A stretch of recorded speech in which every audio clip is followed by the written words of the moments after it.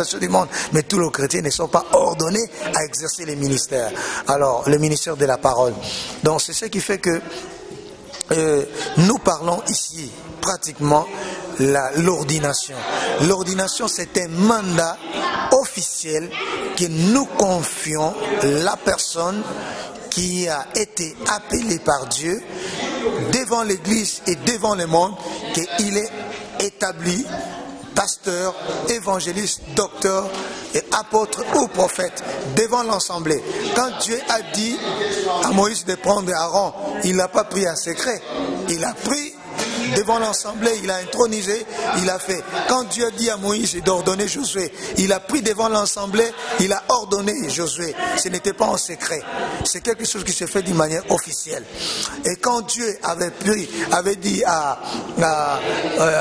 disons pratiquement aux apôtres, après avoir jeûné et prié, de les confier entre les mains du Seigneur, même l'ordination des diacres et des anciens, ça se fait dans l'assemblée, dans l'église, parce que l'église, c'est l'autorité suprême de Dieu sur la terre.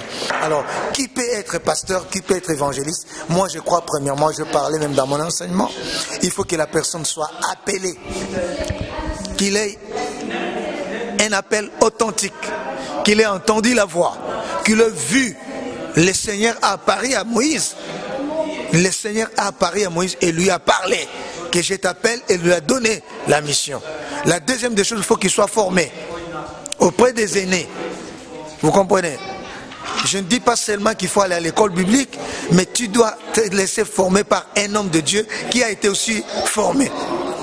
L'enseignement.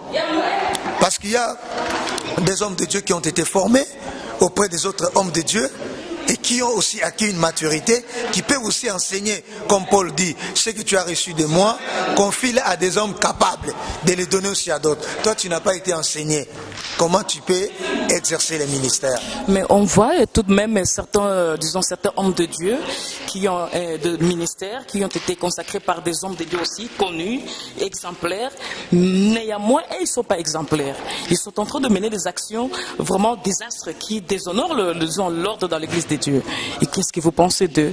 Ils sont consacrés par l'homme de Dieu, connu, puissant, modèle, exemplaire. Mais par contre, cette personne-là qu'on a consacrée et qui est tenant d'un ministère, n'est pas, ne donne pas, ne reflète pas, disons, le capacité, le trait d'un homme de Dieu à l'église de Dieu. Oui, oui. Moi, j'aimerais que vous puissiez être clair.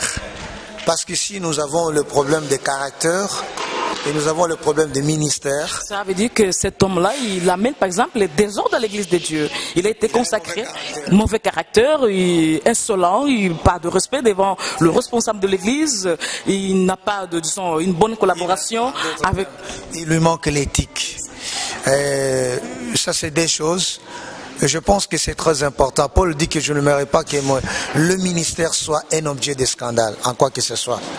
Je dois prêcher la parole, mais je dois démontrer par mon caractère ce que je prêche. Si un homme de Dieu ne parvient pas à démontrer son caractère sur ce qu'il prêche, quelque part il a des faiblesses. La première des choses, il faut lui donner des conseils, il faut l'enseigner, et il faut les conseiller et prier pour lui. Vous comprenez?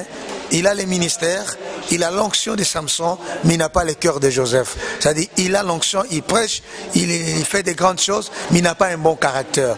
Là, c'est un problème de délivrance. Il doit être transformé et délivré.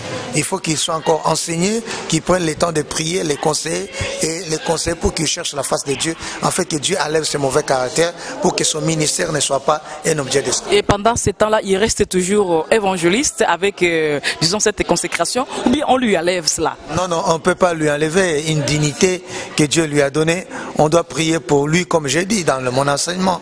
S'il y a des faiblesses que nous constatons dans la chair, dans les caractères, dans l'éthique, on doit les conseiller, on doit le supporter, on doit le porter dans la prière.